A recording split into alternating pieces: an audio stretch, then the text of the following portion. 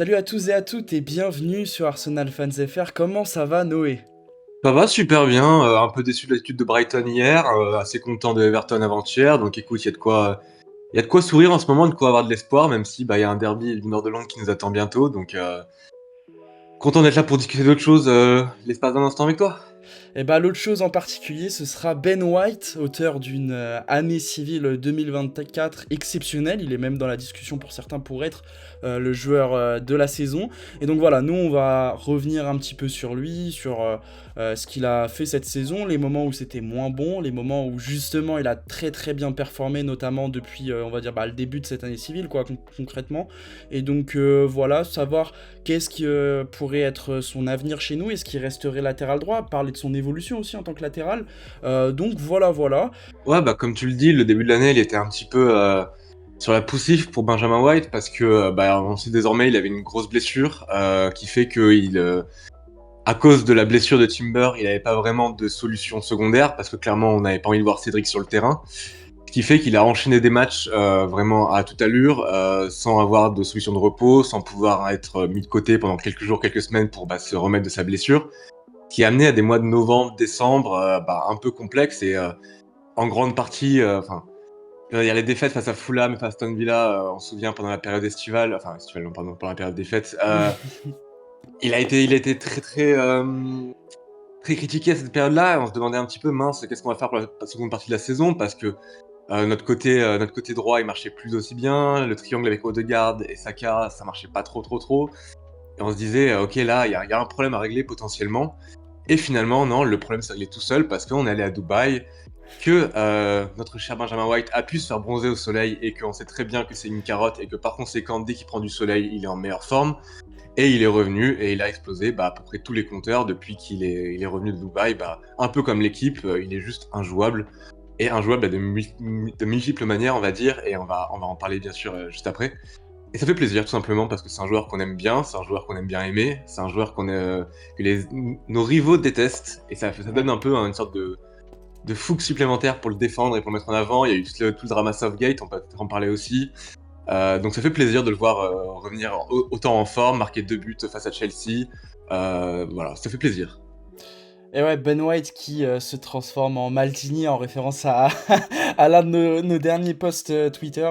Donc ouais, je trouve que t'as très bien résumé. Il y a eu un creux où ça n'allait plus du tout Ben White. Donc on en discutait en off, c'était vraiment octobre, novembre, décembre, où là c'était pas le Ben White qu'on aime bien voir. C'est-à-dire qu'il était très très souvent en retard, notamment dans ses duels.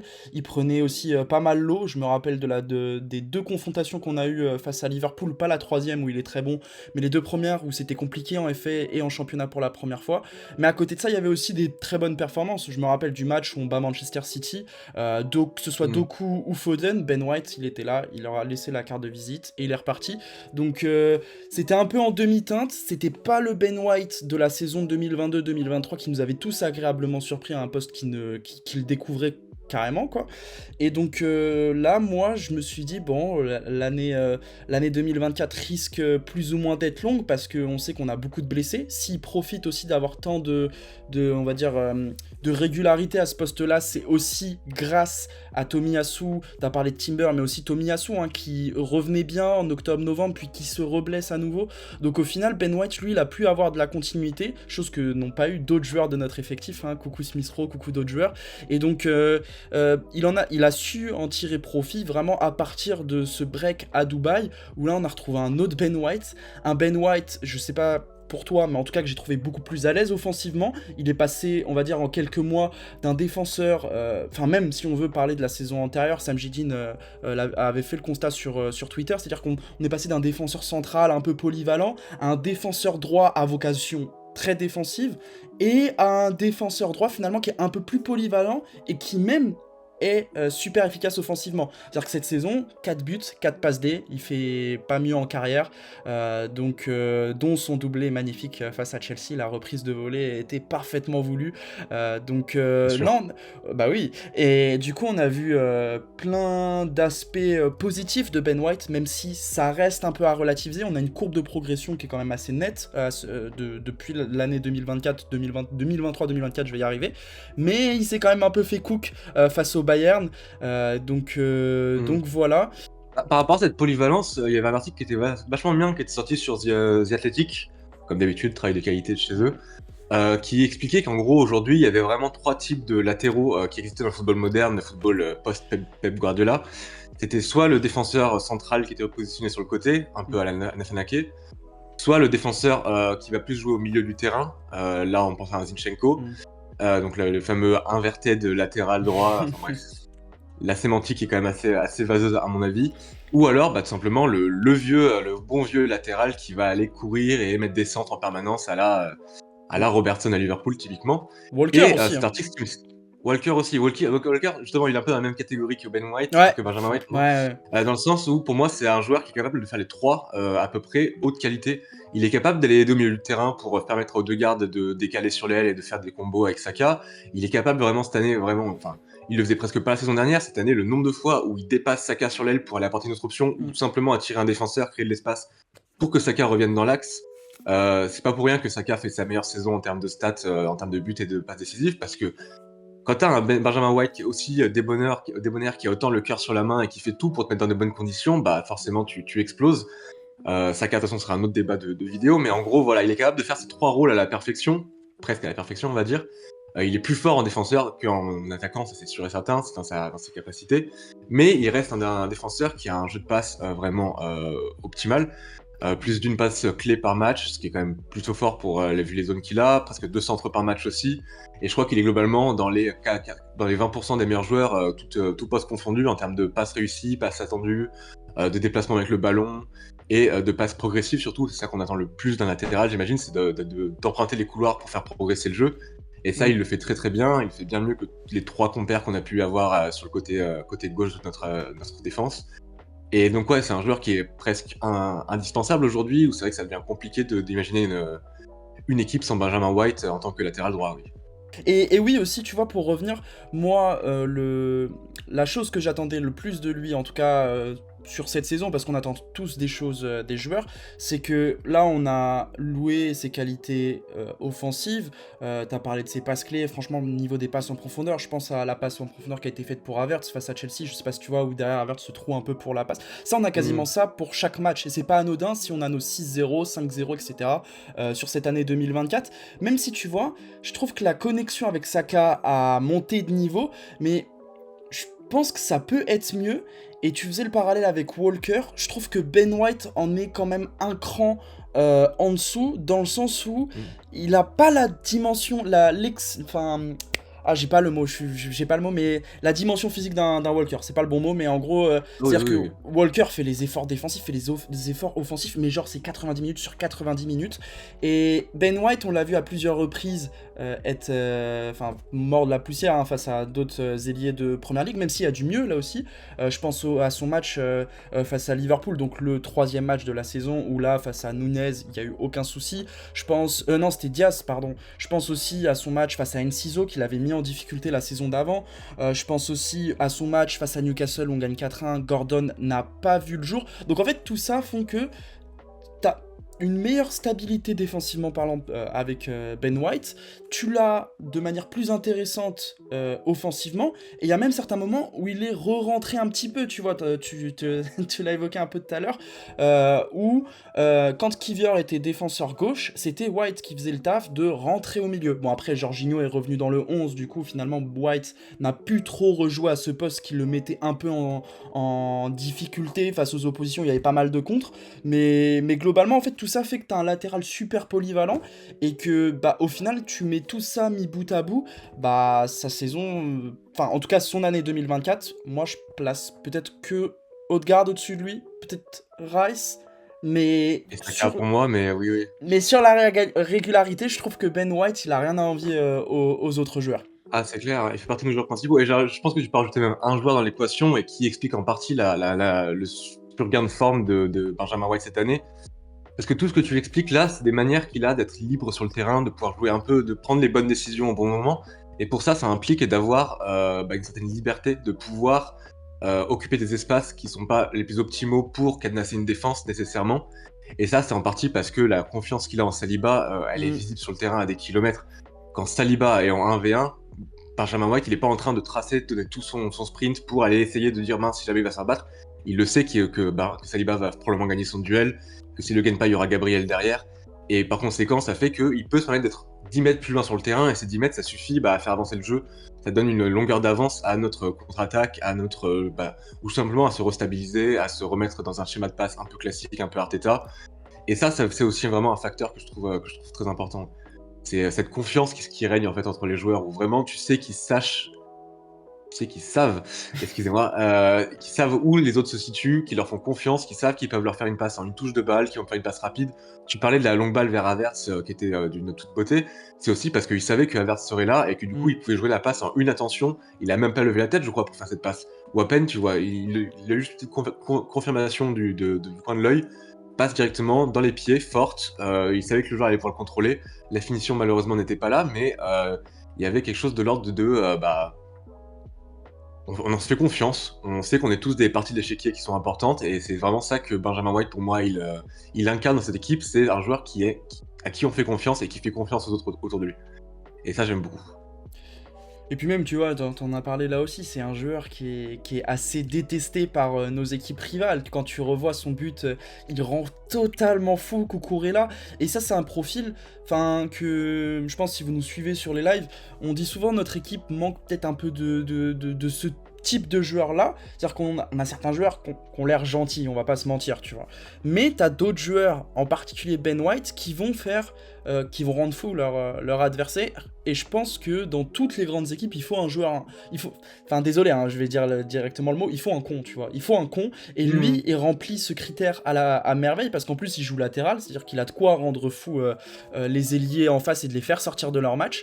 Et donc voilà, il coche un petit peu toutes les cases, mais il y a eu des erreurs, des errements, on va dire, qui n'ont pas totalement disparu à mon sens, même si l'année 2024, il y a presque rien à dire. Il y a quand même certaines fois où, tu vois, son côté nonchalant persiste, et j'ai peur qu'au top niveau, au hasard, comme un quart de finale de Ligue des Champions, ça se paye cash. Donc, la question qu'on peut se poser, tu vois, c'est est-ce que, avec un retour de Timber, avec le retour de Tomiyasu purement fit pour la saison prochaine, est-ce que ce serait pas lui qui en pâtirait malgré ses bonnes performances, dans le sens où Arteta, même si Ramsdale, bon, la saison dernière, on pouvait se poser quelques petites questions, il est arrivé, il a pris Raya, hop, tu dégages. Donc, dis-moi ce que toi tu en penses. Je pense que l'intégration de Timber va être intéressante à observer, parce que je suis pas certain qu'il vienne pour prendre le poste de latéral gauche comme beaucoup semblent le dire. Je pense qu'il va être effectivement en concurrence avec White de certaine manière, peut-être avec Gabriel aussi, parce que je crois que dans une interview, il disait qu'il préférait jouer défenseur central, Timber. Donc je pense qu'il y a toute la ligne défensive qui a un petit peu à se mordre les doigts d'inquiétude, parce que très clairement Timber il est pas là pour rigoler, et Timber est là pour prendre une place de titulaire à quelqu'un.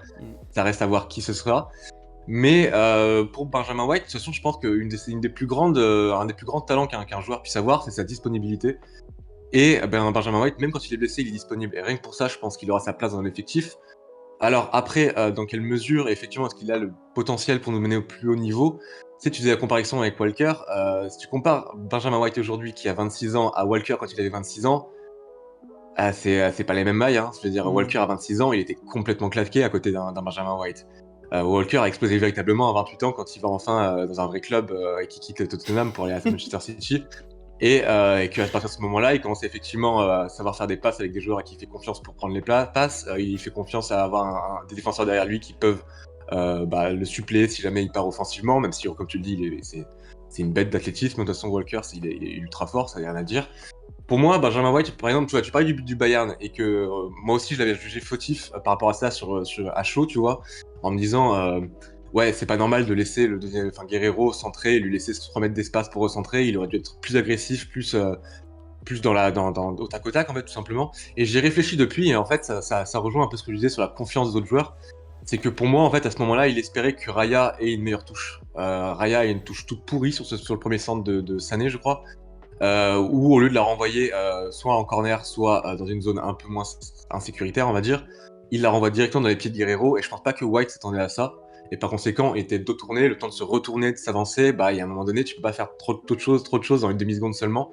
Donc j'ai peut-être été un peu dur pour lui, Donc peut-être qu'il faut qu'il apprenne aussi à planifier pour le pire scénario possible, parce que ça fait aussi partie de ça, du travail des défenseurs. Mais pour moi, ce match-là n'illustre pas que Benjamin White a un plafond qui s'arrête au niveau du quart de finale. Tu vois. Pour moi, il y a un jeune joueur qui continue de progresser. Hmm. On sait qu'un défenseur, de toute façon, c'est de ses 28 à 32 ans que c'est ses meilleures années. C'est-à-dire que dans 2 ans, potentiellement, on voit le prime de Benjamin White. Athlétiquement, je lui fais confiance pour rester au plus haut niveau pendant très longtemps. Je pense qu'il fait que grandir en termes de QI foot. Je pense que même s'il regarde pas du foot volontairement, ça on le sait très bien, on aime bien rigoler pour ça. Je pense qu'il serait pas encore titulaire sous Arteta si quand Arteta lui dit va voir ce match-là, va voir ces cassettes-là pendant 8 heures, tu bouges pas de chez toi, tu regardes que ça. Je pense que Benjamin White le fait sans aucun souci et qu'il est même fier de le faire parce que c'est son travail, c'est son boulot et qu'il est très très bon à son boulot. Donc non, moi je me fais pas de soucis pour Benjamin White et le futur. Je pense qu'il va rester un titulaire en puissance, sauf grosse blessure ou sauf grosse méforme. Je suis content qu'on ait des options derrière en Tomiyasu et Timber au cas où ça arrive, pour pas se retrouver dans une situation où le poste de latéral droit, tout d'un coup on dit mince, qu'est-ce qu'on fait. Mais voilà, je pense pas qu'on va recruter un latéral droit cet été. Je pense qu'on va recruter un latéral gauche, ça c'est sûr. Mais je fais confiance à White pour rester un des premiers noms dans le 11 de l'année prochaine encore. Mais tu vois, pour revenir, je suis d'accord avec ce que tu dis, hein, mais pour revenir sur l'athlétisation, j'ai un peu peur quand même. C'est-à-dire qu'on l'a vaguement évoqué, il avait une blessure qui traînait cette saison. En fait, ce mec-là joue blessé, donc déjà, c'est assez problématique. Il jouait blessé aussi parce qu'on n'avait pas de solution sur le banc. Mais aussi, moi, j'ai pas envie d'un joueur à la Umtiti qui fout sa carrière en l'air.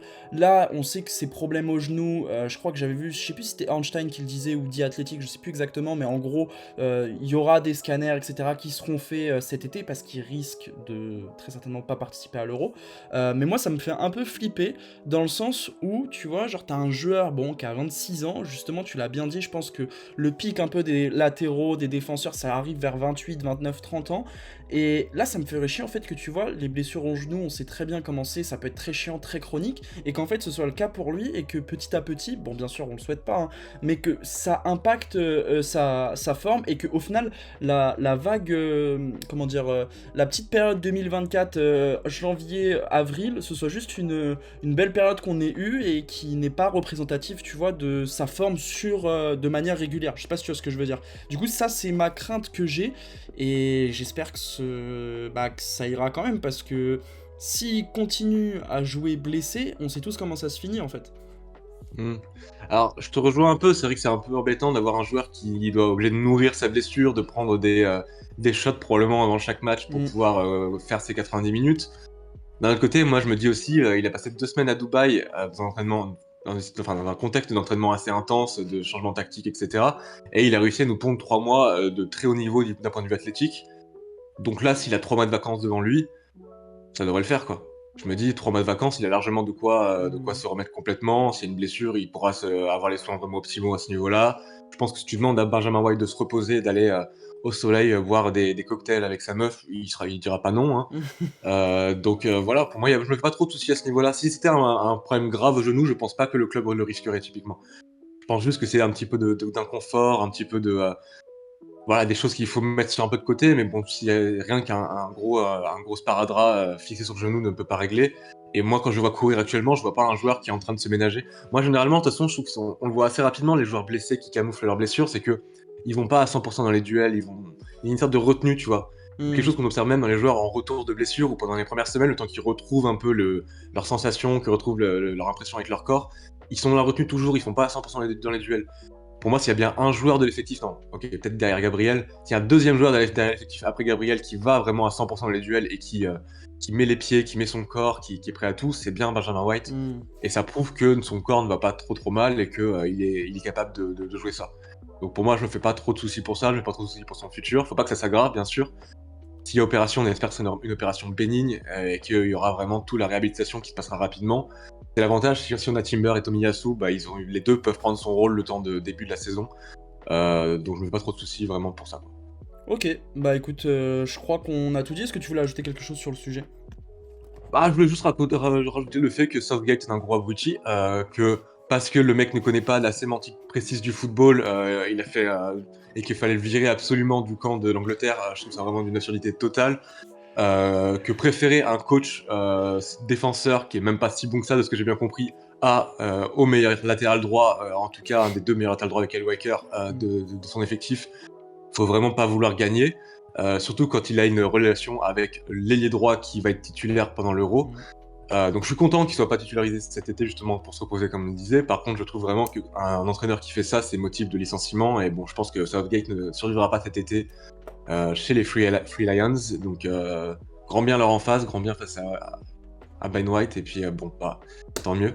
Et dernier truc que je voudrais dire, bien sûr, c'est bravo Lanto Bronzan et bravo pour tout Benjamin White. Ça fait plaisir d'avoir un joueur comme ça qui soit aussi loin des canons qu'on a, tu sais, du stéréotype du footballeur, tu vois. Et avec Havertz, on en a un peu deux des comme ça, qui sont des joueurs qui sont intelligents, qui sont sympas, ils ont plein de centres d'intérêt au-delà du foot, qui font des choses, tu sais, qui sont des gens normaux en fait. C'est pas juste des machines faites pour le.